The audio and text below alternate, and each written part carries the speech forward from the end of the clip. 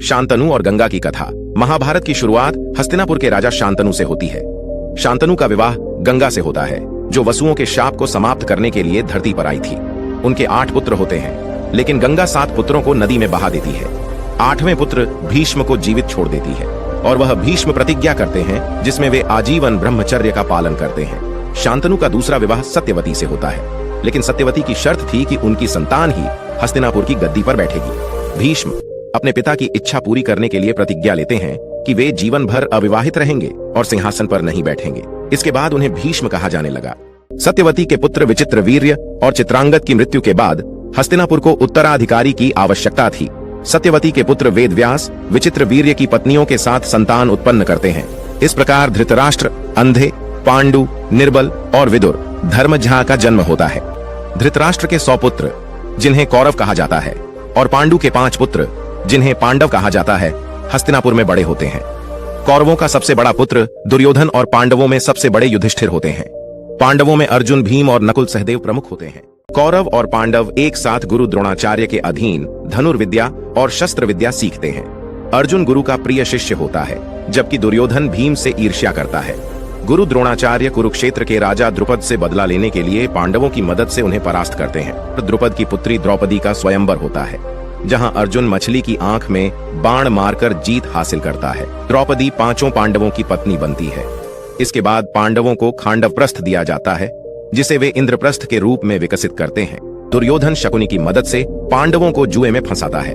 युधिष्ठिर एक एक कर अपना राज्य, भाई और द्रौपदी को भी हार जाते हैं। इसके बाद द्रौपदी का चीर हरण होता है, लेकिन भगवान कृष्ण उसकी लाज बचाते हैं। पांडवों को 12 साल का वनवास और 1 साल का अज्ञातवास भुगतना पड़ता है।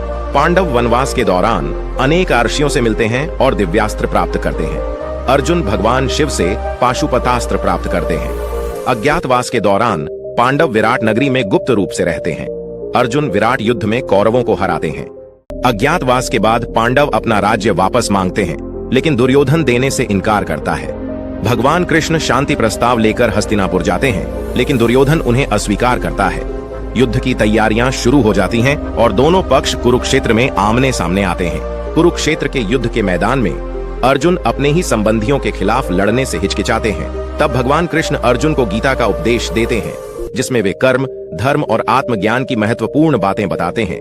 अर्जुन अपने धर्म का पालन करते हुए युद्ध करने का निर्णय लेते हैं। 18 दिनों तक भीषण युद्ध चलता है। भीष्म, द्रोणाचार्य, कर्ण और दुर्योधन जैसे प्रमुख योद्धा मारे जाते हैं। भीम दुर्योधन को गदा युद्ध में हराते हैं। अंत में पांडव युद्ध जीत जाते हैं और युधिष्ठिर को हस्तिनापुर का राजा बनाया जाता है। दुर्योधन की मृत्यु और अपने पुत्रों की हार से गांधारी बहुत दुखी होती है। वह भगवान कृष्ण को शाप देती है कि उनके वंश का भी नाश होगा, क्योंकि वे इस विनाश को रोक सकते थे, लेकिन उन्होंने ऐसा नहीं किया। कृष्ण का यादव कुल इस शाप से नष्ट हो जाता है। युद्ध के बाद युधिष्ठिर राजा बनते हैं और धर्म पूर्वक राज्य करते हैं। कुछ वर्षों बाद पांडव अपने राज्य का त्याग कर हिमालय की ओर मोक्ष की यात्रा पर निकलते हैं।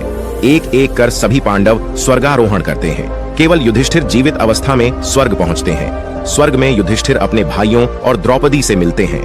उन्हें बताया जाता है कि उन्होंने अपने धर्म और सत्य का पालन करते हुए जीवन बिताया, इसलिए उन्हें जीवित अवस्था में स्वर्ग का प्रवेश मिला।